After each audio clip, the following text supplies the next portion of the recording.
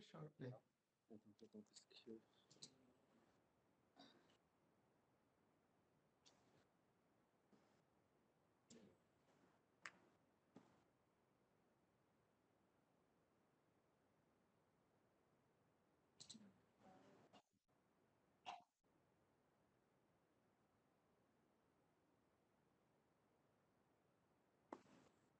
Okay, so I'm going to end the practice session now and we are going to start. Is it okay? Yeah, this is good. Thank you. No problem.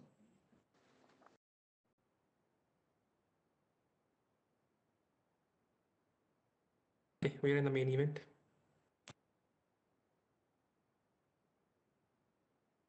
This meeting is being recorded.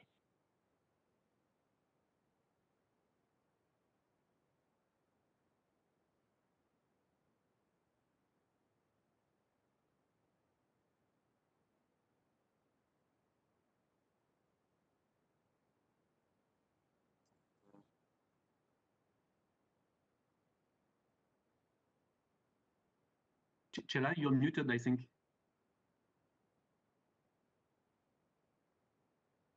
Hello, everyone. Thank you for joining us today. I would like to thank the WTO who invited the IMF to host this event as part of the WTO's Aid for Trade stock-taking event.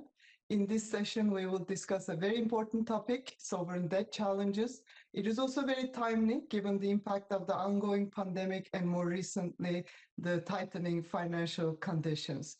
I'm Ceyla Pazarbasioglu, and I'm the director of the IMF Strategy, Policy and Review Department. I'm joined by an excellent panel, my colleague Guillaume Chabert, who is the Deputy Director in the Strategy, Policy and Review Department at the fund, Minister Amadou Hott, Minister of Economy, Planning and International Cooperation, Senegal, Emmanuel Moulin, Chairman of the Paris Club and Director General of the Treasury, France, and my colleague and friend Carmen Reinhart, Vice President and Chief Economist of the World Bank Group. So a lot of experience and expertise in this excellent panel. So let's start. Let's start by setting the stage. What is the problem at hand? What are we worried about? Why are we discussing this issue now? First, just some numbers. Global public debt reached record high levels already before the onset of the pandemic. Average public debt worldwide reached 98% of GDP in 2020. This is an increase of 14 percentage points from the level projected pre-pandemic. So it's a very sharp increase, and emerging market economies, public debt increased by 10 percentage points just in 1 year, reaching almost 64% of GDP. For low-income developing countries, we estimate that debt to GDP is about 48.7%. And we have seen in the last decade a substantial change in the composition of borrowers, creditors, types of debt contracts, and the currency denomination of debt. We have also seen private debt levels increase substantially. Today, we will mainly focus on public debt, sovereign debt, although we have seen in previous episodes, how private debt can actually end up on public balance sheets. So the crisis has exacerbated this risk, and it's important to be monitoring this carefully. In terms of our discussion today, the pandemic is adding to the spending needs as countries seek to mitigate the health and economic effects of this crisis. At the same time, revenues are declining due to lower growth, lower trade in some countries, and this is, of course, raising further debt burdens and vulnerabilities. Some countries are also facing higher financing costs or have very limited access to external financing.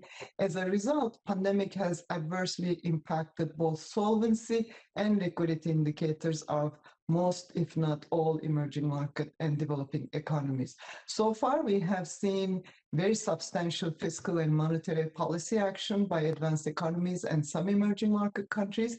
This has helped countries avert a systemic debt crisis, which we were worried, to be honest, back in March. And this is very important at this juncture. Continuing to prevent a debt crisis can make the difference between a lost decade and a rapid recovery that can put countries on a sustainable growth path. So let's start with Carmen. You have spent most of your career on debt-related issues. How do you see the situation? What could potentially trigger a systemic crisis? Over to you, Carmen, please.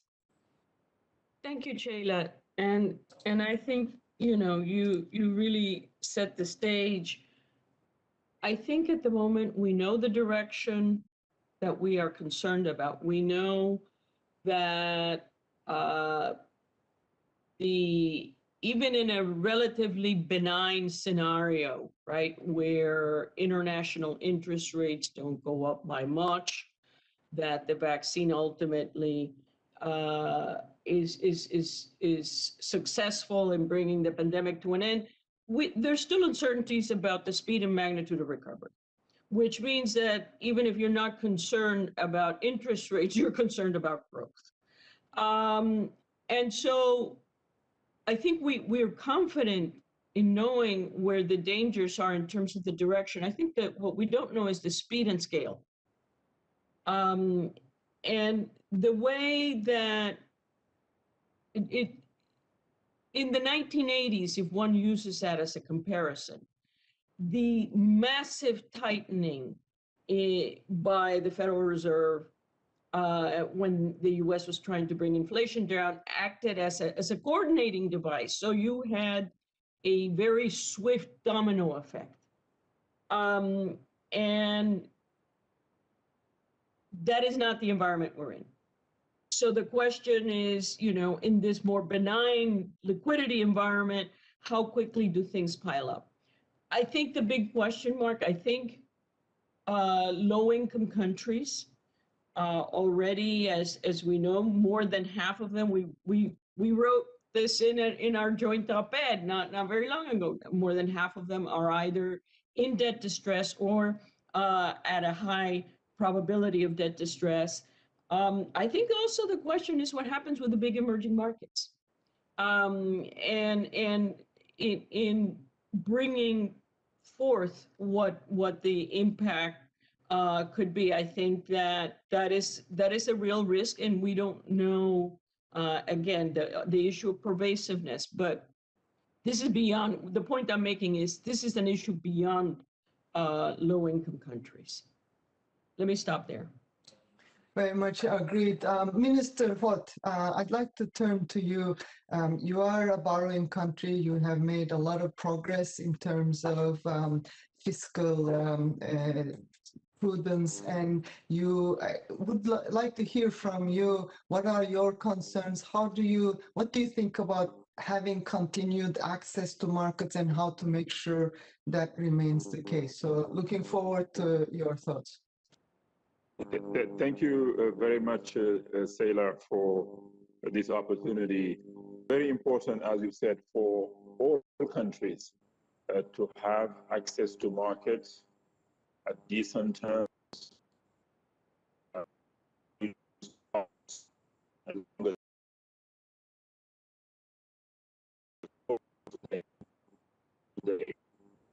That access is there. For some countries, even negative interest rates. So this is one fact. For us, it is extremely important, in particular, countries in Africa, maybe the medium or lower medium income countries. It is very critical for low income countries. It is still important to have access to market at those decent terms, but it's even more critical also to have access to new liquidity, very concessional. And I'm sure during this panel, we'll have the opportunity to discuss the mechanisms that are available to us. But our priority is really the concessional financing first, maybe then some ECA financing at decent terms. Then we move into the commercial financing, but we want still to have that low cost. So issues of perception of risk come to play, issues of making sure that both the countries and their official partners are not making decisions that can increase the perception of risk as well. Probably we'll have an opportunity to discuss that as well. Thank you very much. Very much agreed, Minister Hott.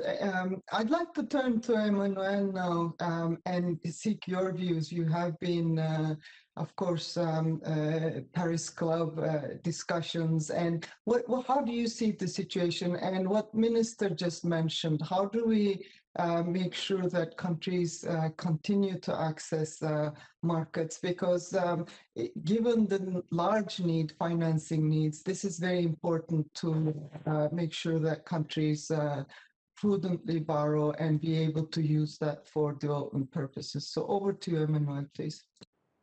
Thank you very much, Ceyla. Thank you very much for inviting me to this event. I think clearly, as you said, the pandemic crisis has increased debt vulnerabilities against the backdrop which was already worrisome in terms of increase of debt. Clearly, the pandemic crisis has exacerbated the difficulties by increasing low-income countries' primary deficit. Those countries, like advanced countries, had to deal with the implication of the crisis, of the health crisis, the need for health spendings, social distancing measure, the need to compensate for economic activity, and their room of maneuver was clearly less than what the advanced economy have. Second, we've seen significant capital outflows at the beginning of the crisis, which have impacted those countries that have access to international capital market. And this has happened in a context where debt vulnerabilities had already increased before the crisis. So it's clearly a worrisome situation. I think that the international community has shown its ability to react with very large intervention in advanced economies, but also initiatives at the multilateral context, including the DSSI and the Common Framework, that show that multilateralism is back. And I'm particularly also happy to see that the IMF board yesterday has welcomed the idea of SDR allocation, a new SDR allocation. So the issue at hand is that countries, low-income countries, need to continue to benefit from financial flows. The ones that have access to the international market and that can borrow reasonably should be able to do so. And I think the DSSI has allowed to give some room of maneuver for those countries. And for those who have difficulties with their debt and with their indebtedness, we need to find the right ways to deal with these debt vulnerabilities. But this is in a context where the situation of the debt has become more heterogeneous and more complex. And I can come back to it or maybe talk about it now. But what we've seen is that the share of official creditors have been considerably reduced in the last 10 to 15 years, with the impact of the HIPC initiative, obviously, because bilateral creditors from the Paris Club have considerably reduced their exposure. At the same time, we have seen increasing exposure from non-Paris Club creditor, in particular China, which was a marginal creditor in 2007, and which have become an important creditor. We've seen the increase of private creditors, which is good in some cases, bondholders, but the financing is much less flexible. But also some creditors that are maybe a little more controversial, like raw material or oil traders, which have extended credits that are clearly non-transparent and with conditions attached that are difficult to restructure, and also some collateralized debt which are a great difficulty to deal with. So we're in a context where debt treatment, which were not easy, in the past, are beginning more and more complex, and we need to devise new instruments and new frameworks in order to deal with this new environment of indebtedness.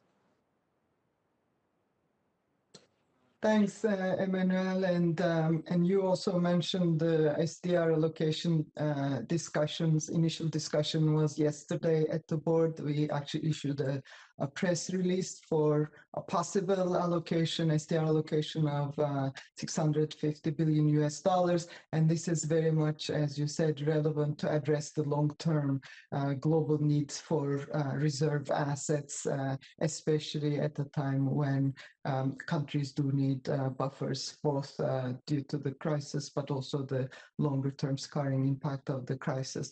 Guillaume, I'd like to turn to you, and you've heard different views, very much complementary views, and we all even have a question. I'll try to take the questions as we go along. What went wrong? We would have expected after HIPC that we would see less debt accumulation after the debt relief. So your views, and then others, if they want to come in, what went wrong, and then I would like to move to what can be done next. What are policies, both in terms of debt restructuring, debt resolution, but also policies to make sure, as Minister Hott mentioned, that those countries that do have their fiscal house in order can continue to access markets. So Guillaume, over to you first, please. Thank you very much, Ceyla, and good morning, good afternoon, and good evening to everyone. I'd like maybe to pick up on the point made in particular by Emmanuel. I think what is maybe the most worrisome is a combination of two elements that happen at the same time. We are at very high level of debt worldwide, in particular in low-income countries and some emerging markets. And at the same time, there are questions that were already on the table before in terms of capacity of the current debt resolution architecture to deal with such situations, including having many cases of debt restructuring in parallel. In fact, the two questions were already there before the pandemic, and the pandemic has just precipitated the two elements. It has precipitated debt vulnerabilities, but as was said before, already before the crisis, more than half of the low-income countries were at high risk or already in debt distress. And the evolution in the debt landscape that Emmanuel mentioned was already there in the plans in terms of massive rise of non-price club creditors, in particular China, but not only China, and in terms of rise of bonded debt in low-income countries and frontier markets in particular, due to very low interest rates at the beginning of the plans. And also this category of private creditors that Emmanuel alluded to, which is traders and creditors. I mean, all of that was already on the table before the crisis. So why are we more concerned now than before? Well, precisely because the two are now very burning issues. And at the same time, the crisis precipitates solutions. So breakthroughs that were not thinkable before the crisis are happening. The SSI and Common Framework in 2020 were something that Paris Club and others discussed over years in the 2010s, and it never happened. And the crisis could lead to that. So I think that there are worries, there are concerns, but at the same time, there are opportunities to take the situation to make the breakthroughs that are necessary in terms of financing package in support of income countries. SDR allocation is one, but scaling up concessional finance, crowding private finance will be another topic in the coming days and weeks. And in terms of debt architecture, it's certainly an opportunity to make the improvements that are necessary. Yes, that's very much the case. And I think debt is, debt, many countries actually need debt. The point is that debt needs to be put into good use so that it could increase. At the end of the day, debt sustainability depends on how debt is utilized and whether that leads to growth, which of course makes it much easier to sustain debt sustainability. So I guess a key issue is to make sure that this is transparent, which I'll come back to in a minute, and it's put to good use, and that returns from it help countries grow. And we know many countries, emerging market countries and developing economies, especially low-income developing countries, need debt because they don't have enough domestic savings. And the question, of course, is how to ensure that measures are put in place that debt accumulation actually leads to prospects for growth.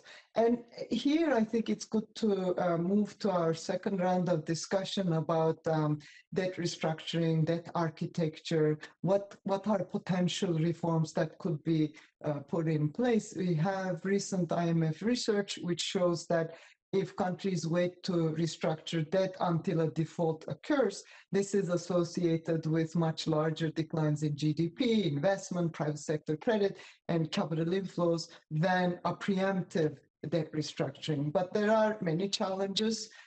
Changes to the global financial architecture are easy to propose but difficult to implement. This is, we have seen in the past, of course, the use of collective action clauses in recent restructurings. This has led to much more smooth processes, and were largely prior to a default and leading to much shorter and much quicker and quicker resolution of debt and much higher average creditor participation. So there are some good results from the collective action clauses and these reforms.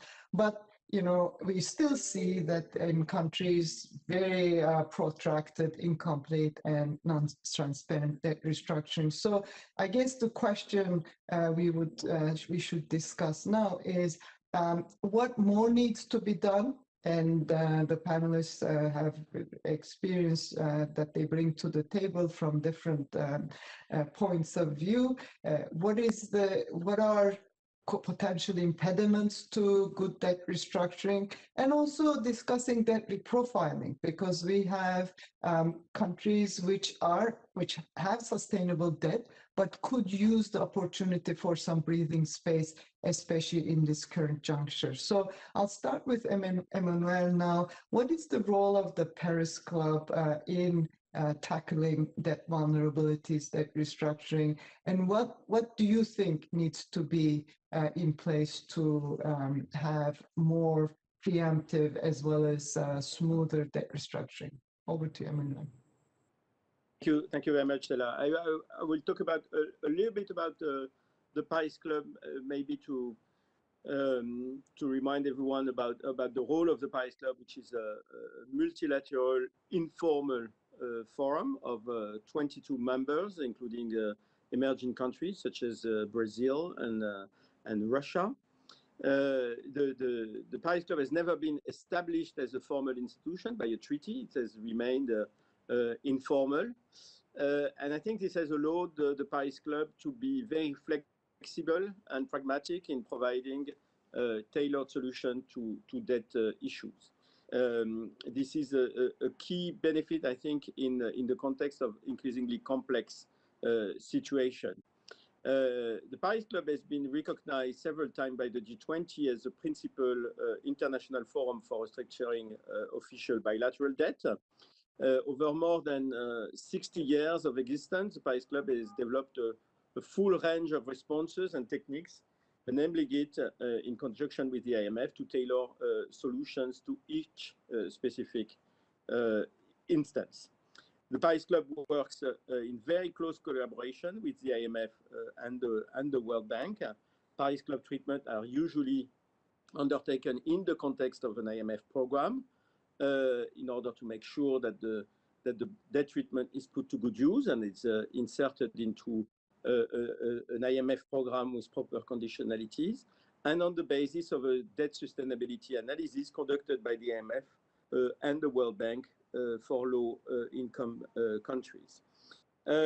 We have developed over 60 years practices and principles that have proven efficient. We have always focused on sharing the burden fairly between creditors, and this implies also a principle which is a comparability of treatment, meaning that when we grant a debt treatment to a country, we will ask this country to request from its private creditors the same type of debt relief. It is essential to uphold the interest of the Paris Club creditor and to achieve an orderly and sustainable resolution of debt crisis in emerging and developing countries. This robust principle, in link to informal coordination mechanism, are key to provide timely and appropriate answers to each unique situation. Over the years, we've been able to deal with the debt of a number of African countries, and we've been key in the implementation of the HIPEC initiative.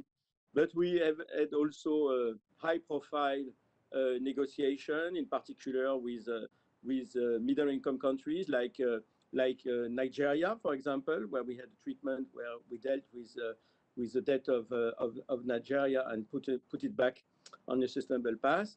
But also with post-conflict countries, we dealt with the debt of Iraq in 2005 after the war, where we reduced the debt by 80%. So the Paris Club has been effective, and it has always tried to be in sync with its environment and with the times that are changing. In the recent years, we've been implementing new initiatives in order to take into account the structural changes in the landscape of official debt and private debt. First, during the crisis, we launched this G20 debt service suspension initiative. It was launched on the 15th of April 2020, so very quickly after the start of the pandemic, and it consists into a suspension of debt service due between the 1st of May and the 31st of December 2020 for 73 poor or vulnerable countries, including 36 countries in Africa. It's a very, very flexible initiative because countries only had to make a request to get the benefit from the initiative and commit to using the fiscal space provided to respond to the crisis. But no IMF program was requested, no comparability of treatment, no other condition. And I think the Paris Club has been instrumental to design and implement this key initiative. Up to now, it's been a success. We had 46 countries who have requested the suspension of the debt service. And we have estimation that the total debt service suspended amounts to 5.7 billion US dollar, out of which approximately half of it is due to Paris Club creditor. The DSSI has been extended until end of June 2021, and there are discussions. There will be discussion in April whether to extend it for a further 6 months. I want to say, and you know, I'm talking here. I was not chairman of the Paris Club when this initiative was launched, and I need to pay tribute to Guillaume Chabert, who was instrumental in doing so with the colleagues from the IMF and the World Bank. The DSSI was very well received by financial markets, helping countries that benefited from it to maintain market access. Recent academic research has shown that DSSI beneficiary countries' sovereign bond spreads have dropped by 300 basis points following the access of DSSI. Let me just say a few words about the future, and sorry if I'm a bit long. One should not underestimate the limits of the DSSI. It is not a silver bullet. It is an emergency response to respond to a liquidity crisis and due to the pandemic. But at the same time, it's not a response to debt vulnerabilities in a structural way. And we need to think beyond the DSSI. DSSI has a number of limitations. It is standardized, which is good in order to implement it quickly. But at the same time, it offers the same type of risk reduction to all countries where their situation can be very diverse. Second, the private sector participation in the DSSI is voluntary. And when you say it's voluntary, in fact, the implication that you have is that it doesn't happen because private creditors will not voluntarily decide to reduce their debt payments. And so actually no private creditor has participated in the DSSI so far. And third, it comes with no conditionalities. And so one can question the incentive to address the structural challenge that have that countries are facing and that have caused debt vulnerabilities. So we think it's important to have a long-term solution, and the Paris Club and the G20, with the help of the World Bank and the IMF, have devised what we call the common framework, which is a framework for debt, for treatment of official debt from Paris Club and non-Paris Club creditors.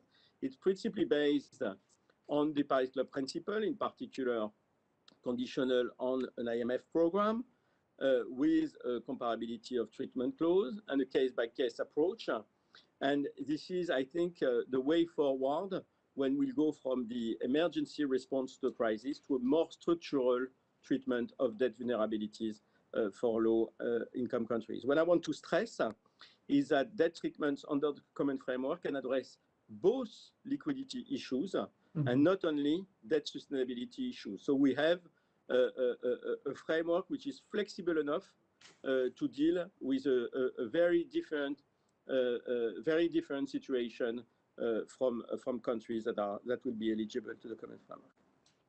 Many thanks for this, Emmanuel, for explaining the different initiatives. Many of us in this panel have been intimately working on some of these issues. The DSSI was actually in March. I remember I was at the bank at the time, and this was a call by the president of the World Bank and the managing director of the IMF, a call for support from the official community, because in March, if you remember, we were hit by a major, almost like a sudden stop, where it looked like we would have a capital flight from many of these countries.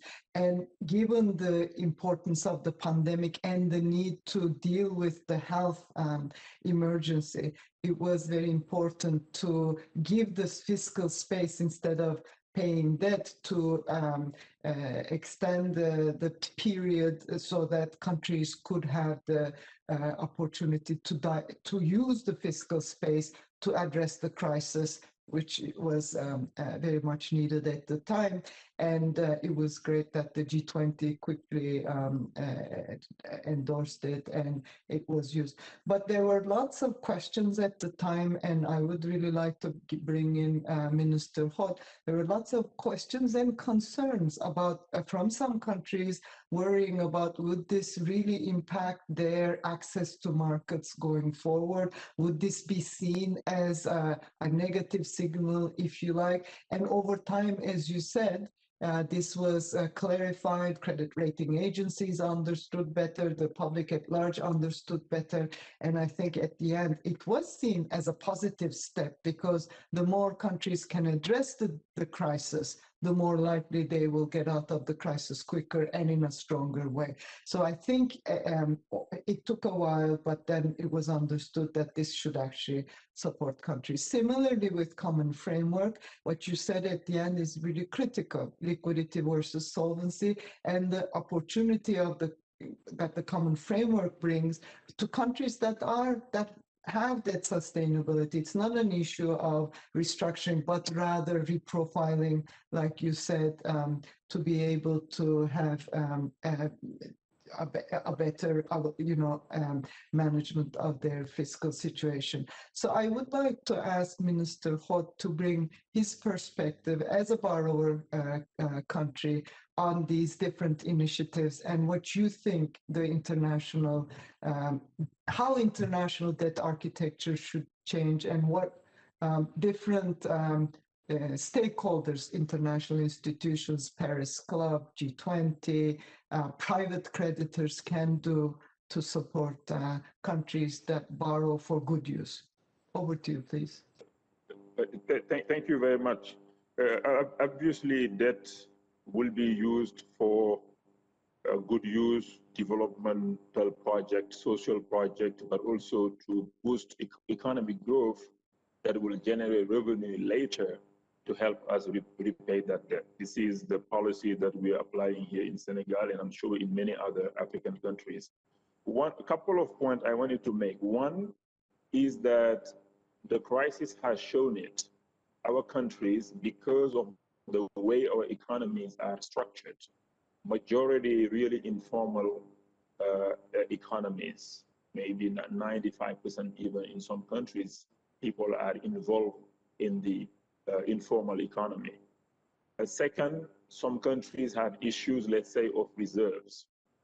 When your country is importing still a lot, not developed enough, not exporting enough, the monetary policy is limited. The monetary policy will not affect a lot the informal sector, right? So the only tool that we have as governments, it's really the fiscal tool using the budget. And once we do that, we have to borrow because we're going to spend more to support even sometimes the informal sector. People were vulnerable.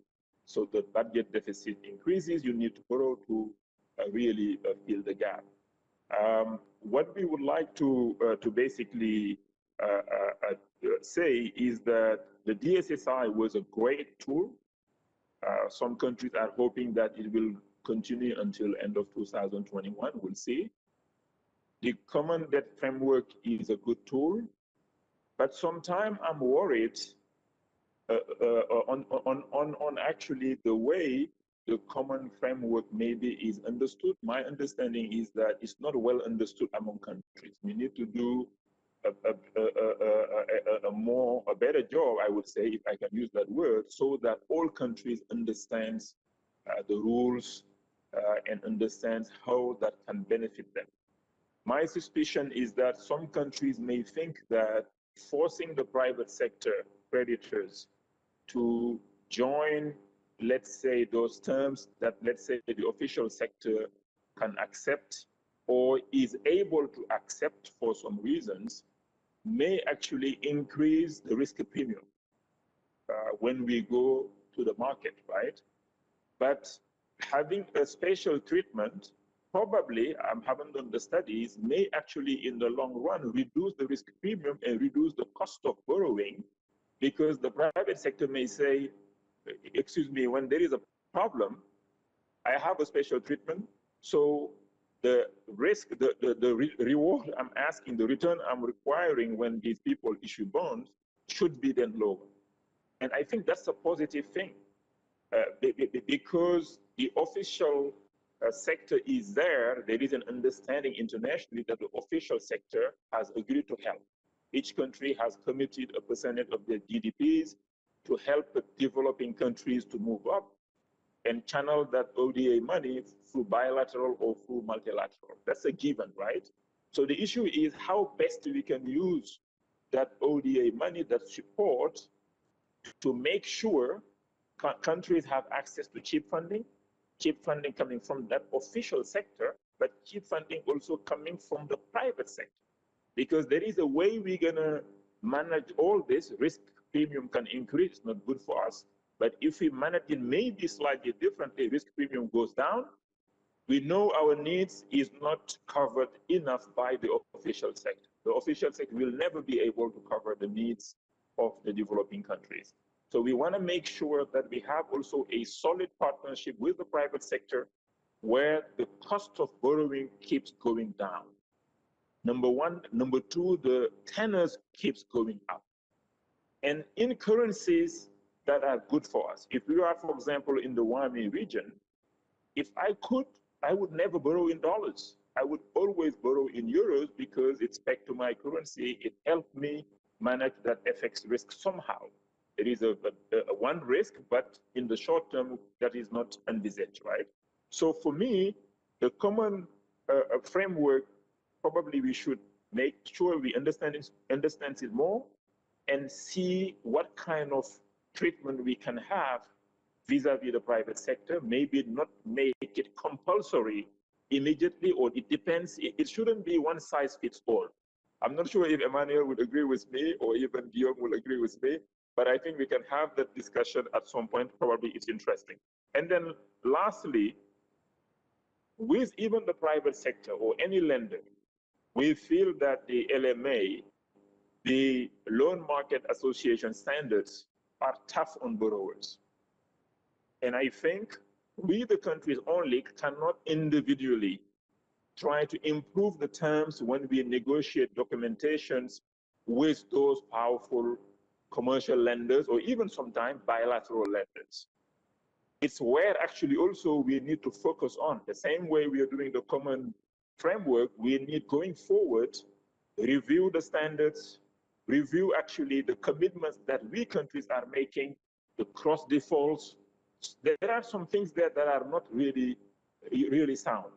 For example, if a country has a mispayment on one loan, let's say, everything else falls apart, everything else is due. Is it right to do it that way? Is it right to go that way to try to prevent a country from having a special arrangement with one lender? If you try to have a one arrangement with the lender, then it's a default on everything else, prepayment on all your loans. Is it reasonable?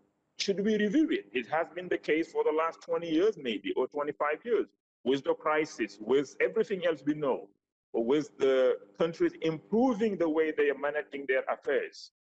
Shouldn't we review that? And the international community needs to help the countries there. We cannot do it alone with the institutional investors. And lastly, I just stop on there, Ceyla, is to say that it's good to do a pre-restructuring, a pre-default restructuring.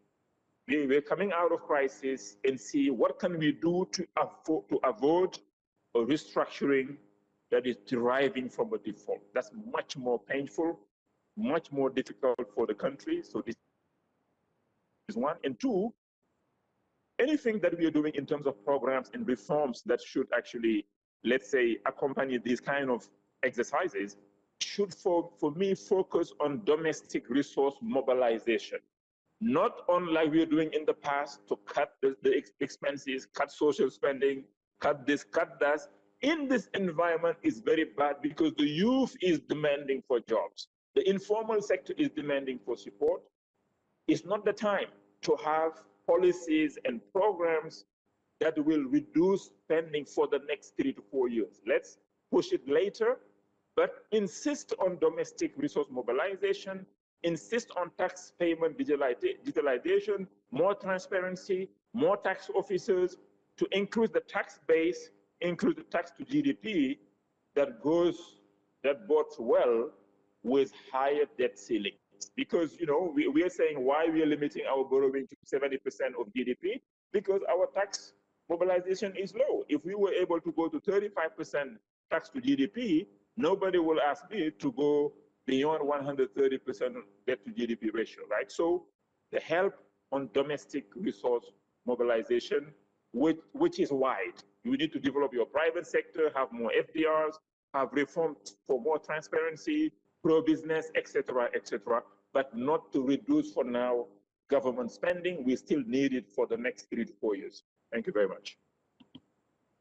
Thank you, Minister. This was really excellent. And this is what we have been saying at the fund, the importance of domestic resource mobilization and the importance of especially social spending and spending to protect the most vulnerable, whether that's youth or informal sector or women who have all been impacted from the crisis, to make sure that it's targeted well to reduce potential scars from the crisis. So cannot agree with you more on the need for domestic resource mobilization being really key. And here, of course, Carmen may add as well, the IMF and the bank have been providing capacity development to countries to support them increase tax to GDP in a sustainable manner. I would like to bring in Guillaume and Carmen, especially on the issue you mentioned, which I fully agree with. One size does not fit all. And neither emerging markets or developing countries, low-income countries, are homogeneous. They have very different country-specific issues, and we have been pushing for case-by-case approach at the fund, not putting everyone in one big category and making pronouncements about risk, which I think is risky on its own. Each country has different fundamentals, different characteristics, and that requires these tools, which common framework is a very good one, which could help case-by-case approach, depending on the vulnerabilities of the country, whether they need reprofiling, whether it's a liquidity issue, which can help, like you said, and really make this part of a comprehensive support to low-income countries. So I'd like to bring in Guillaume first, who joined us in January and working with us from the day he joined on these important topics, and then ask Carmen to come in as well. So over to you, Guillaume, please. Thank you very much, Ceyla. If you allow me, I would like to start by a point on the current crisis, because I think we are dealing simultaneously with the current crisis, but also having the seeds for more structural changes in the debt architecture. We are 1 year after the call to have the DSSI. I think it was on the 26th of March that the president of the World Bank and the MD of the IMF launched this call, and we are almost 1 year after. And as Emmanuel said, it worked. The results show that the countries who decided to request the DSSI have seen their spread going much lower than the eligible countries to the DSSI that didn't make that choice. So it worked. And it's still something very important on the table for year 2021. The IMF position here is very clear. We estimate that it's needed to extend the DSSI beyond June 2021 and having that up to the end of the year. Now coming to the case-by-case element that you just mentioned, Ceyla, obviously one of the flow of the DSSI, it is an across-the-board approach. It's a liquidity relief, but it's not tailored to country needs. And the breakthrough of the common framework is precisely that it's tailored to each country's needs. For those countries where debt is unsustainable, it can provide a deep debt relief. For those countries where debt is sustainable, but where financing needs are very high, it can provide a very powerful tool to reprofile debt and to allow countries to have wins in the sale and having a quicker recovery. So it's really the tool that I think it was expected to have to ensure creditors' coordination on the official sector side between price club creditors and non-price club creditors. That's the real breakthrough of the common framework. Now, is that the end of the story? First, it has to work because so far it hasn't been implemented. So I think the first need is to make it to make the best case and to have the common framework implemented swiftly and efficiently, in particular for those 3 countries who are badly requesting a debt treatment anytime soon and have requested the common framework. That's the first thing to do. It doesn't secure all the improvements that are needed, in my view, including for tackling the current crisis. In particular, in terms of creditors' coordination, it has made a breakthrough in terms of official sector coordination, but in terms of ensuring comparability of treatments and coordination between official sector and private sector, it remains to be seen how it works, in particular on the side of bondholders, which remain to me a loophole or something that is questioned or challenged in terms of how do we ensure an appropriate involvement of bondholders, which is much more complicated than the traditional bank loans in the past. If I may rapidly mention a few other things which, in my view, needs some attention, I think collateralized debt is one key element. And it's also related to the current crisis because in some cases, Chad is a good example, we have at the table not bondholders, but oil traders with collateralized debt, pre-sale of oil shipments, which makes things very complicated because those collateralized debt on the private sector side, it's not that much on the official sector side, but more on the private sector side, actually put in question the traditional hierarchy of claim. It gives seniority to private claims, which are not at all aligned with the traditional way debt restructuring were done so far. One thing I want to mention, and echoing Minister Hott, I think cross-default clauses needs specific attention. My personal experience when we worked on the TSSI in the spring of 2020 was, frankly, those cross-default clauses make things illogical, really, really bad, frankly, and they deserve attention. And this linked to transparency as well, because most of the time those cross-default clauses are not even known by the other creditors. Very briefly, I think the job has also to continue on collective action clauses. A real breakthrough was made in 2014 for bonds issued by sovereigns. It works. But many of the bonds out there are not issued by sovereigns, they are issued by SOEs, oil companies, for instance. They are issued by sub-sovereigns, province, for instance. And those bonds don't have collective action clauses. And so are also syndicated loans where you don't have collective mechanism.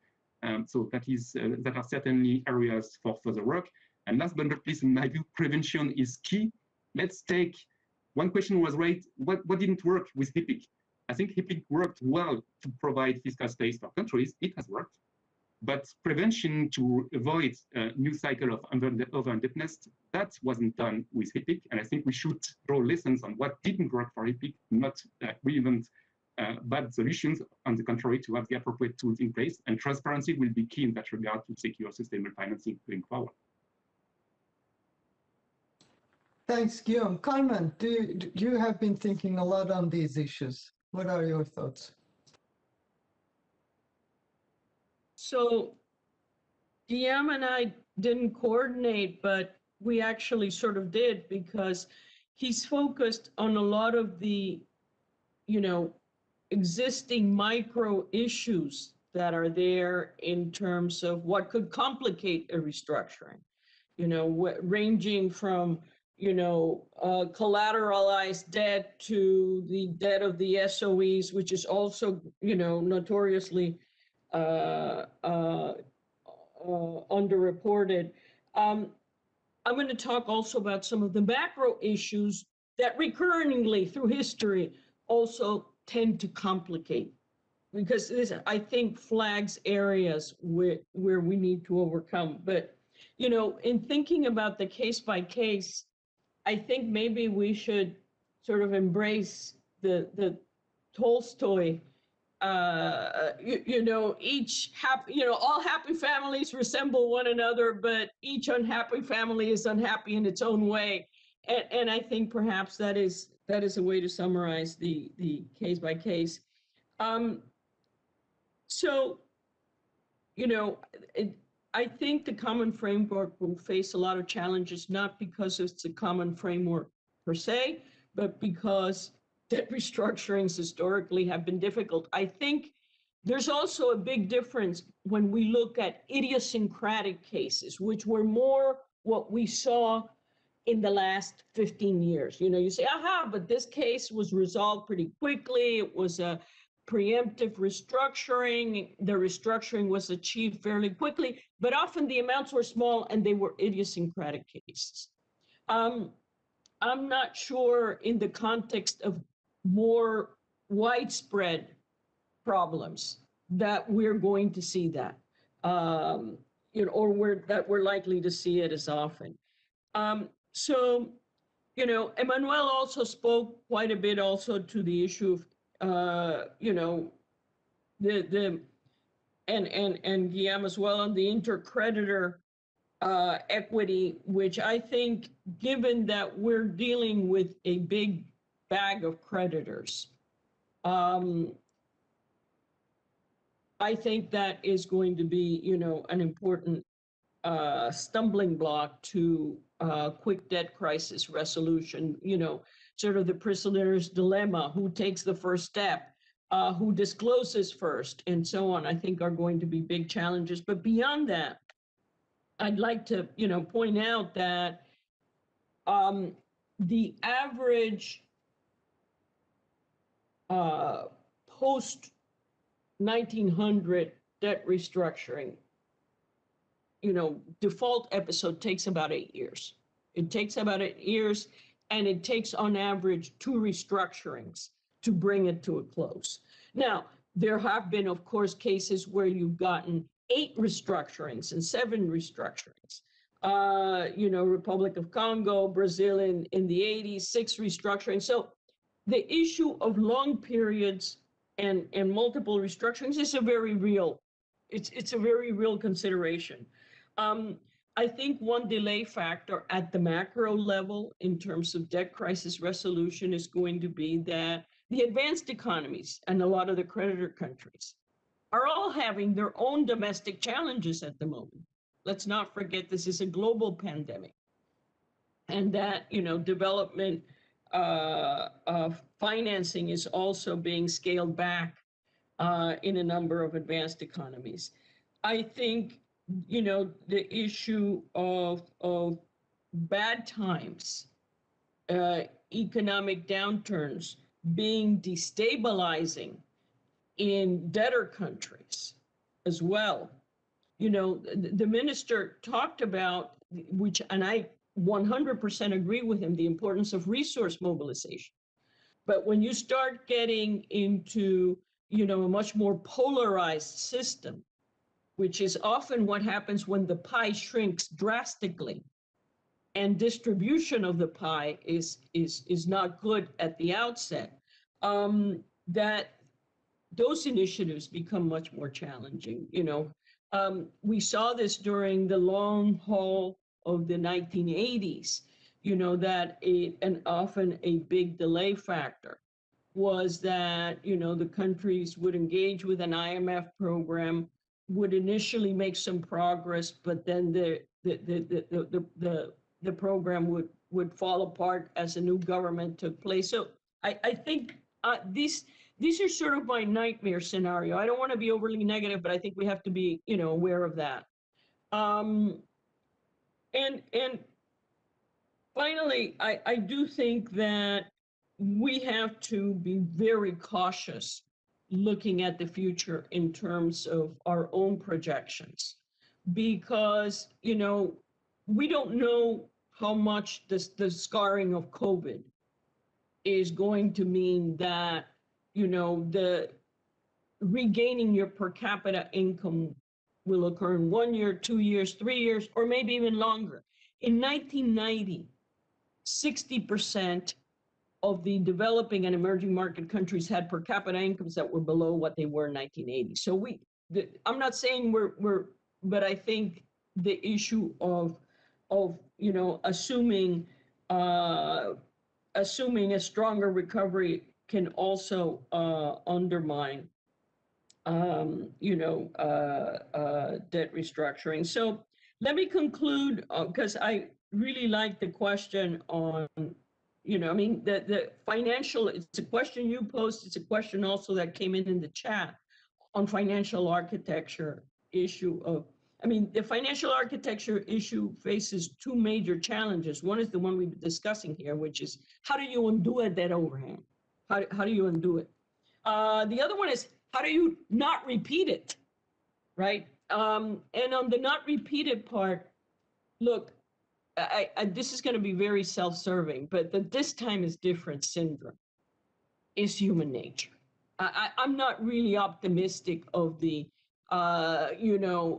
financial architecture. It can stretch out the cycle, but not avoid it. Let me conclude by saying that I think, part of the progress we saw in emerging market integration was bondholders came in and were very enthusiastic about frontier markets. China came in and was very enthusiastic about commodity producers. This was at a time, of course, when commodity prices were high and the balance sheets had been cleaned out. by the HIPC. So the HIPC was actually successful in where we're not successful is, in limiting or delaying. And I agree with you, Ceyla, that transparency may help not do away with the boom bust cycle, but limit it. Let me stop there. That's great, and it's a very good a good way to go into our next round of discussion, which I would like to talk about transparency and making the difference between transparency and public disclosure.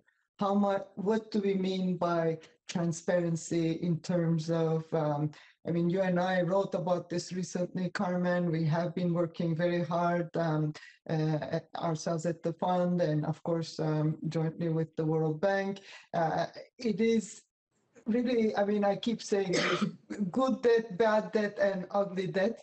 And it's very important to make sure that countries are transparent. That doesn't mean everything has to be publicly disclosed, but transparent in a way which makes sure that there's knowledge about what countries owe, under what terms. Otherwise, creditors will not be able to make informed decisions, will not invest as much, and we will see issues of when you have more opaqueness. At times of stress, you see, no differentiation. So I have seen crises after crisis. Big takeaway I have: the more transparent what a country is, the less it will get run, because there is much more information about the problems and much less scope for thinking through worst case scenarios.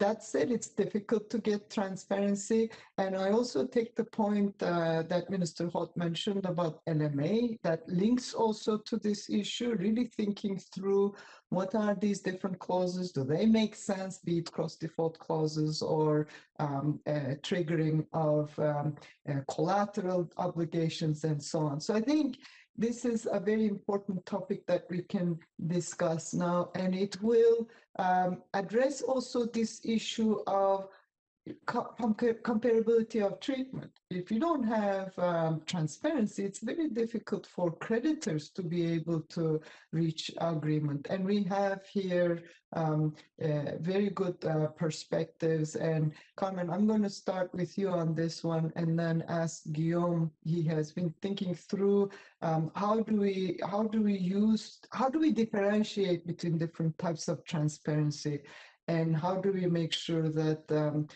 what are actions that borrowers, creditors, IFIs, and others can take to improve transparency going forward? Because I really think it will help us going forward. It may not help us that much with the stock problem we have, but it is critical going forward. So, Carmen, please. So I think, Ceyla, the issue, I think transparency is unambiguously, an aid to facilitate what I mentioned earlier, taking the first step, right? If creditors are unaware of the terms of others' borrowings, if creditors are mistrustful of other creditors, I think that is, a major impediment to progress in debt restructuring. Now, I do want to put on the table the issue of transparency and disclosure are two separate things. I think the issue of transparency, of having transparent accounts for multilaterals, for all official institution, for governments, domestic governments to have consolidated fiscal accounts. In a recent survey that we did at the bank, a survey initiated looking into expand domestic, the accounting of domestic debt. One of the findings is that less than half of the countries have consolidated fiscal accounts. And so the issue of internal transparency, which is not the same as disclosure. I'll get to the disclosure in a minute, but I think if you go back, and you said this already, if you go back to crises immemorial, lack of transparency has been a recurring problem in one form or another. Sometimes it's the bank that takes forward positions and nobody's aware of this. Sometimes it is lack of transparency in guaranteed debts that nobody knows about, that are contingent liabilities that you only find out after the crisis. Sometimes it's accounting issues that, whether, explicit or not, deliberate or not, are a problem. And I think, much has been done to incorporate more, the newer entrant in official debt, China and non-Paris Club creditors in general. That's part of, expanding what we don't know about. But I think on the disclosure issue, so for doing, for the issue of doing surveillance, you clearly need to be playing with a full deck of cards. And the issue of disclosure, I think, is one that, how much of it is sensitive, so that, one has to balance trying to get candid and real-time information with the issue of public release. I'll conclude with an example from the Federal Reserve. It used to be that I do a lot of historical work, and I read the minutes of the FOMC meetings in the 1950s, and they were candid, but they never thought that they would be published. Once in the 1990s, it went published, the information content of the minutes declines dramatically. And so that's the balance that I wanted to leave with you. I think the transparency part we need desperately. The issue of disclosure is one that needs, careful thought. Fully agreed. Guillaume, over to you on this. Thanks, Ceyla. I'm now embarrassed because I think I'm entirely aligned with what Carmen said, so it can be very brief on my side. I think I couldn't agree more with the need for having accurate data, complete data, and available data for the different needs that are out there. The example that Carmen showed in terms of governments not having a complete picture of the debt or contingent liabilities they have or they face is just dramatic. And we know it's happening because debt statistics are incomplete. So to me, the first layer, in a sense, is having accurate and complete data available for the government, for the parliaments, and for the IFIs, for them to have a proper assessment of the debt sustainability of the country. Otherwise, it's just impossible to progress. Then there is an issue in terms of information sharing and access of a certain amount of information for the lenders. It's true, when you lend, you need to have a proper vision of the statistics. Otherwise, you don't price the loans or the bonds appropriately, and it goes wrong. Which doesn't mean that you need to have access to the entire elements of information or pieces of information. And in case of debt restructuring, obviously, you need to have more information among the creditors and the debtor participating in the debt treatment. Otherwise, there is an issue in terms of fair burden sharing among creditors. Then there is the public, of course, and there is a public interest to have access to some information. So I think the real need is to have some clarity of what do we mean by the concepts. What goes to the IFIs, what goes to the public. Ideally, in an ideal world, you could expect that everything go public, but is that realistic? Or should we move maybe step by step and define more precisely what should go to the IFIs, what should go to parliaments, what should go to creditors, what should go to the public, which needs a lot of time and work, but I think that's exactly the process we should do. Yeah, agreed. And I'd like to bring in Minister Hott on this, because I think we really need the taxonomy, like you mentioned, Guillaume, but we really need to think very hard going forward. What are practices that should be avoided going forward? And that links to collateralized debt, that links to some of the issues that we already discussed in terms of different practices. So transparency in terms of providing information, so investors, creditors can make the right decisions, both during good times in lending, but also in restructuring. But then what are going forward? How do we make sure that, this is a public good? Public debt should be public as much as possible. Citizens need to understand what governments are doing. So how do we manage this, important trade-off of making sure that there is enough public disclosure and transparency, and at the same time, a clear taxonomy of who needs to know what and what needs to be provided to different types of stakeholders. I think we have homework to do in this respect, and would be great to hear Minister's view. And I will take some questions after there has been in the chat, and if others want to put in questions, we still have about 20 minutes. So, Minister, first on this issue and transparency, and then I will ask the panel some of the questions that came from the audience. Thank you very much, sir. Ceyla, I definitely agree with Carmen and Guillaume. The importance of having debt transparency is one thing. It's everybody would and should happily agree to that. From the borrower's perspective, but also from lenders' perspective. Borrowers to be transparent what they're taking from lenders, but all lenders, whoever they are, wherever they are, we should be transparent. They should be transparent so that also we can reconcile numbers. This is one thing, very important. Should we think of a supranational entity? Is it IMF, or is it a new entity, or something that exists that will be the custodians maybe of all transactions that are done by countries with their partners or lenders themselves, whether they're countries, multilaterals? They should probably give the terms of their lendings to that entity so that the players, the professionals, the actors, when they need to access the information, they will readily access the information. So you do it on an ongoing basis. You sign the loan agreement, you start disbursing, you have to send the terms XYZ.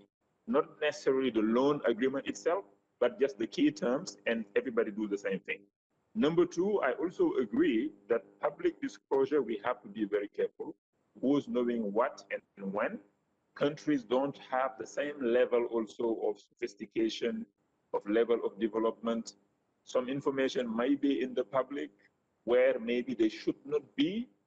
That can bring unrest in some countries. I don't know. I'm just saying that we should be careful on making everything out there in the open.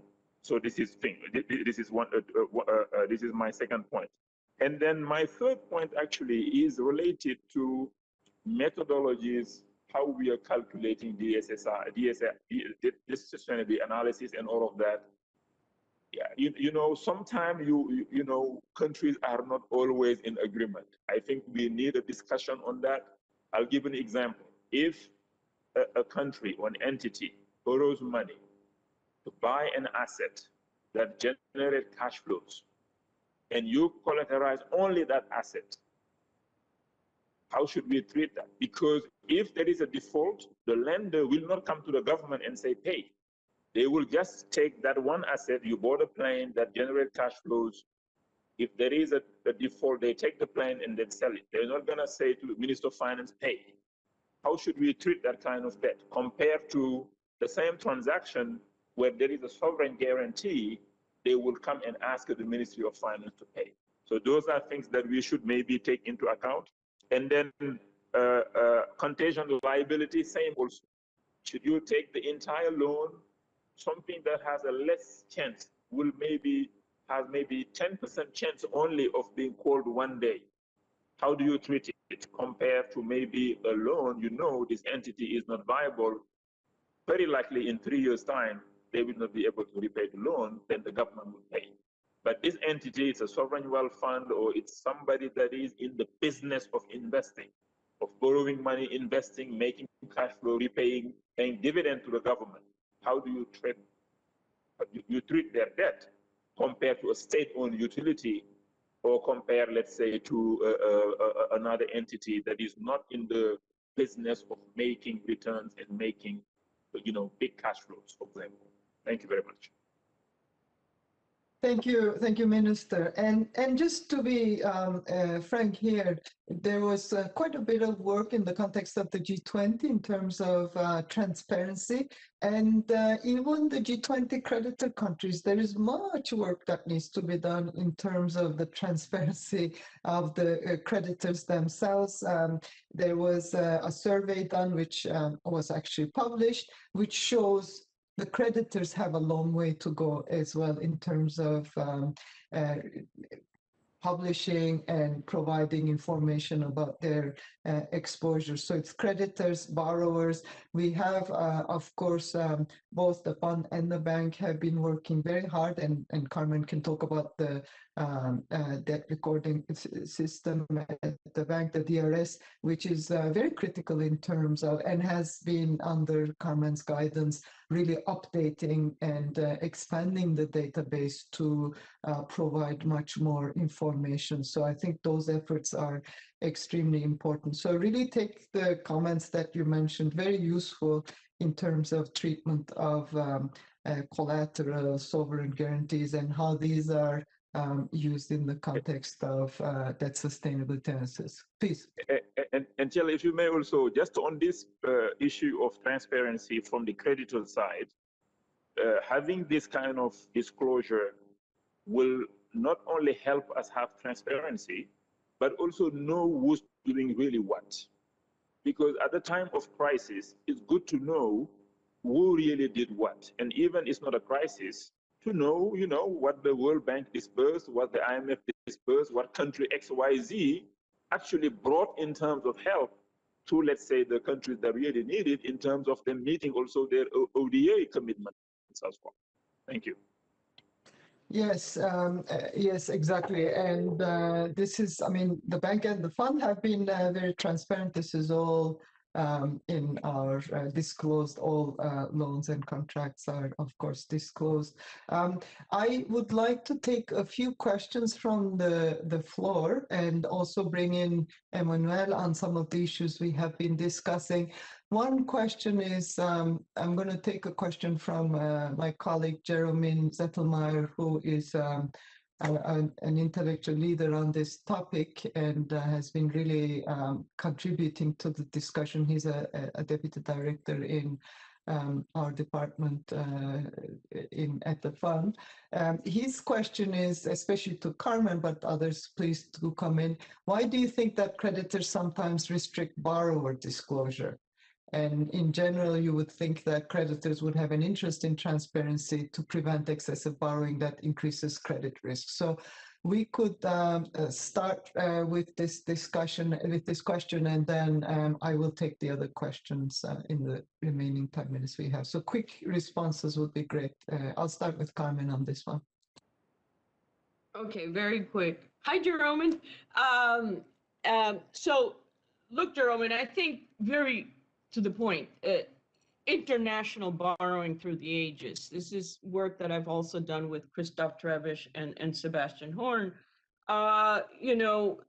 Lending is another way of political influence. So why do creditors, I'm not talking now about private creditors, but official creditors through history, through the last 200 years, and a motivation for non-disclosure maybe wish to not have your political influence widely advertised. That is, and on the private side, it's actually not that different in some dimensions. So one element is less economics and more about the political dimension, and the other element, I think, is exposure. right? If you are a creditor and you have excessive exposure to a particular debtor, that may be something that you don't wish to you don't wish it to be widely known. But in general, you're absolutely right. The restrictions usually on lack of disclosure are usually about privacy of the debtor, not about privacy of the creditor. So I'm going to start mentioning some of the questions and then ask each of you to come in. So there is a question on domestic resource mobilization, saying that this is an alternative to supplement the financing needs. The question, or not the question, rather comment, is that yes, but at the same time we need to be careful about the bank sovereign nexus, because government securities are generally held by banks, and this could have implications in terms of the independence of the central bank. I think it is true, as the commentator says, that this has to go hand in hand with broadening the investor base, domestic institutional investors, and making sure that it's not worsening the bank sovereign nexus, which is at the end of the day, big problems in the banks always end up in government balance sheets. So yes, important to broaden the investor base, and here, of course, reforms are very important, both in terms of institutional investors, and transparency is critical in that context. Others may want to come in, but I'm going to read a few more questions and then ask you to come in. So what does equality of treatment mean? What does equitable mean? In principle, it could mean similar haircuts for all official and all private creditors. So is this a parameter, a good guide, or neither feasible or desirable? And I'm going to ask Emmanuel to come in on that in terms of burden sharing. There's a question about Turkey, result of bubble in the housing market or consequences of political turbulences. What do you recommend to fix the problem? Can the new governor of the central bank accept new SDRs by the IMF if requested? So I will put that question out there as well. The criteria or method formulated by IMF to provide concessional financing to low-income countries so that everyone gets a share. Quick answer to this: we have the Poverty Reduction and Growth Trust Fund, PRGT, which provides concessional financing to low-income countries. And the criteria depends very much on countries' needs, but also it's a self-sustaining endowment and has its own parameters. We are actually thinking of reforms to the PRGT, but this is still discussed, and we have discussions with our board, so I cannot tell much more about this. But yes, given the needs of countries, especially concessional financing needs, we are looking at what reforms would be appropriate, and depending on our board's decision, we will consider any changes to this.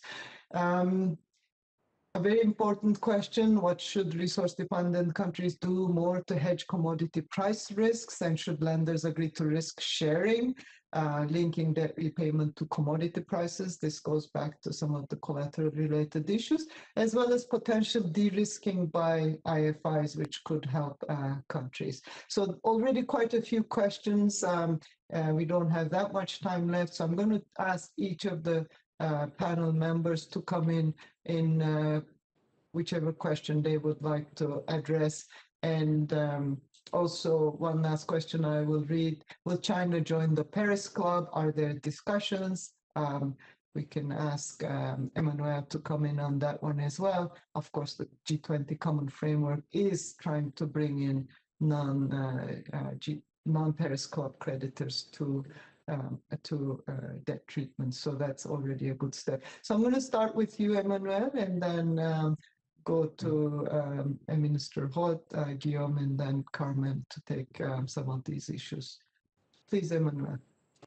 Thank you very much, Ceyla. I'll try to be brief because we're out of time. On comparability of treatment, it's an important, I think, principle of the Paris Club and of the common framework, because you don't want, as an official creditor, that your debt relief will just have the only impact it will have is help the country pay private creditors. There is a need for a clear burden sharing. It's an important principle.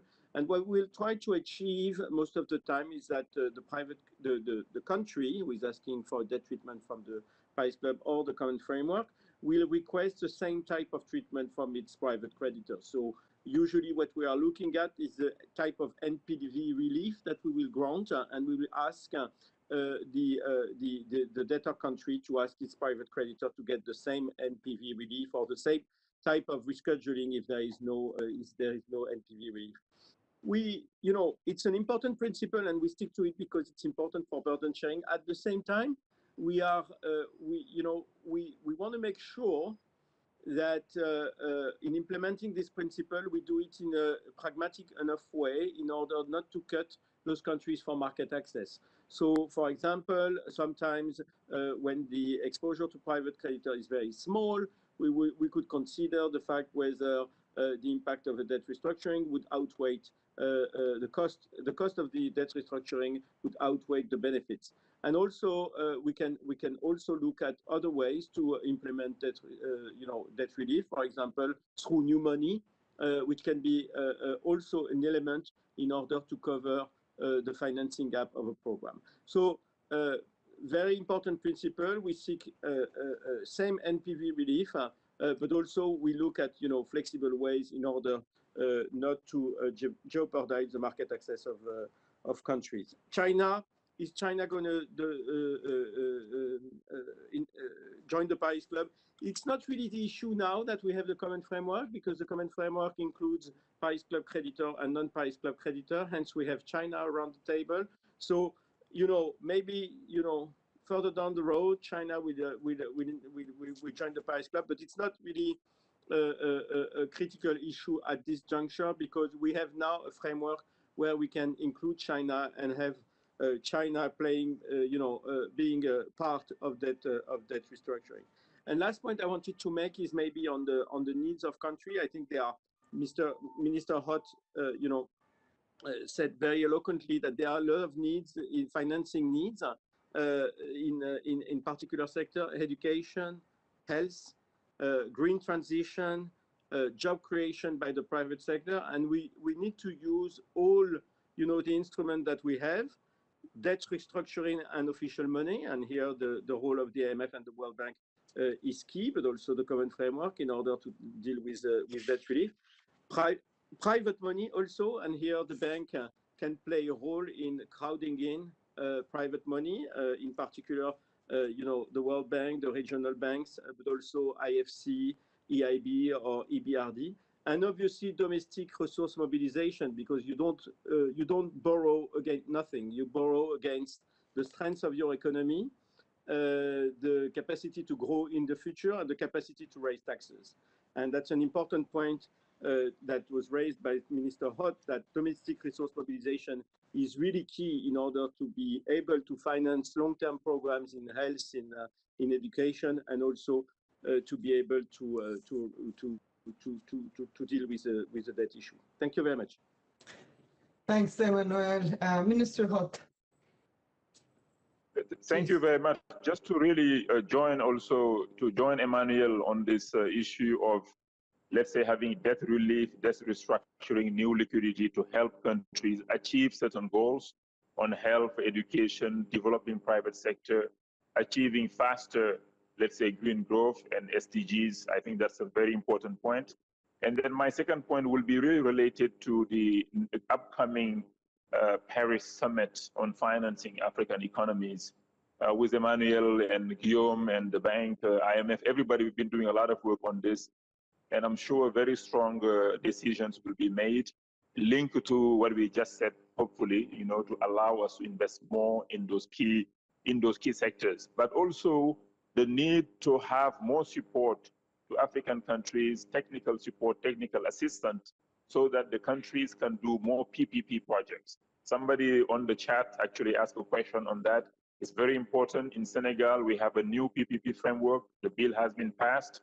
In 3 weeks, we'll have the decrease, the application decrease, which usually take many years to do, but we managed to do it in a very short period of time because His Excellency President Macky Sall, the whole government is behind this reform so that we can do more PPPs and borrow less, but have more private sector participation in social and economic infrastructure projects.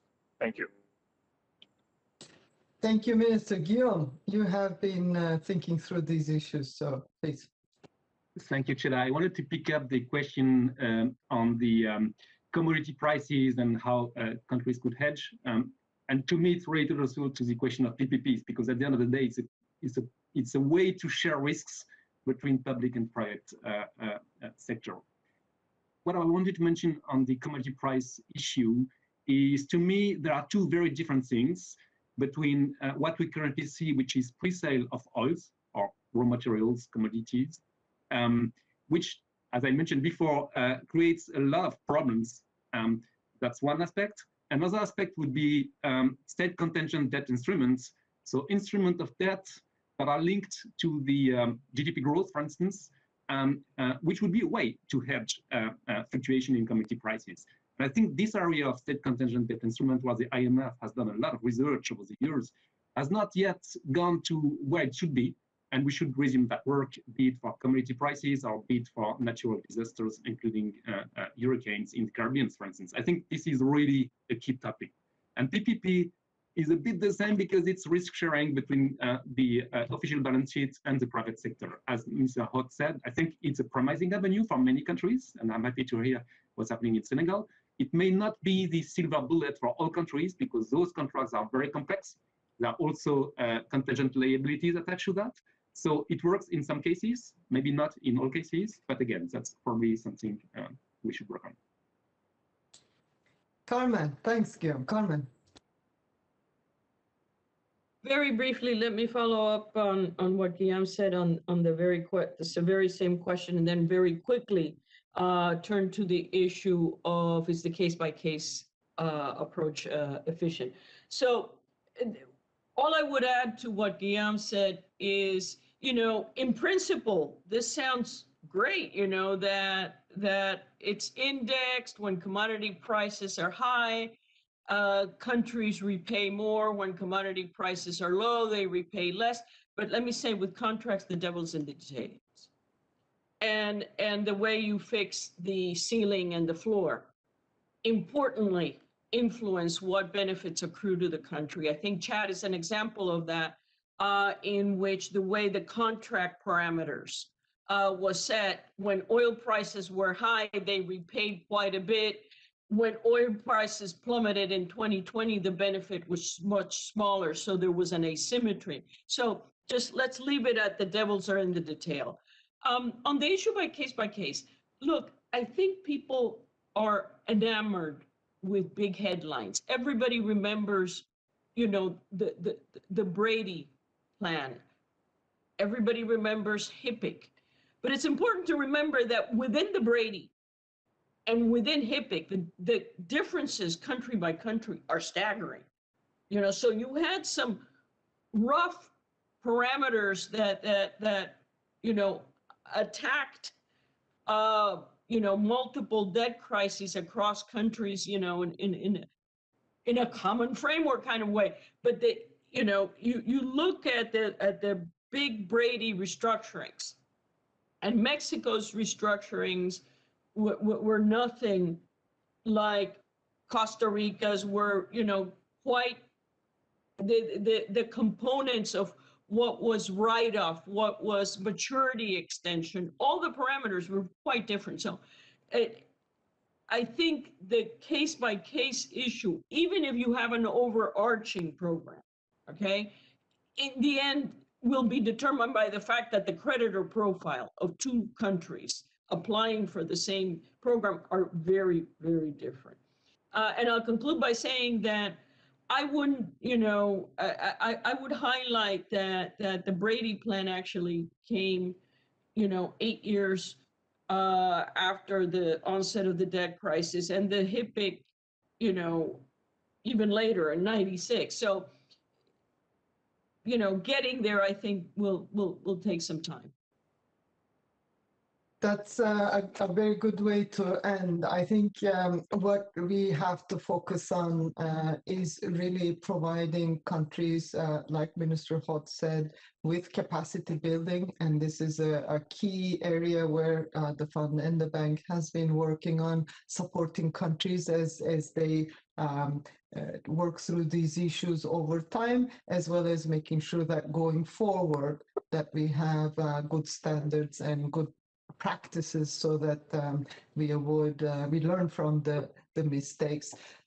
It also, in the context of the IMF, we are looking at these issues very carefully, emerging markets and developing economies. We have our facilities, of course, for many of the middle-income countries. We have precautionary facilities with those that have good fundamentals, and we have, of course, a large chest, $1 trillion war chest to help any emerging market country or developing economy which may need the resources to deal with any of the stresses that they may face, as well as, of course, our concessional lending. So all this said, I think these are very uncertain times, difficult times. We owe it to the membership to have this common framework work and be successful, and to communicate it to, as the minister said, across so that countries can benefit as best as they can, but at the same time continue working on addressing the issues that came up very clearly in this discussion. And as always, as a good crisis manager always does, have a drawer plan in case it's not our baseline scenario, systemic risk stress, but work hard on a drawer plan that one may have to put in place in case we get there, and hopefully that won't be the case. So thank you very much. We ran over time, but I hope you found the discussion useful. I thought it was excellent. So I would really like to thank all of the excellent panelists, and this is an area which we will keep on working. So thank you so much. Thank you. Thank you very everybody. much, Chair. Bye.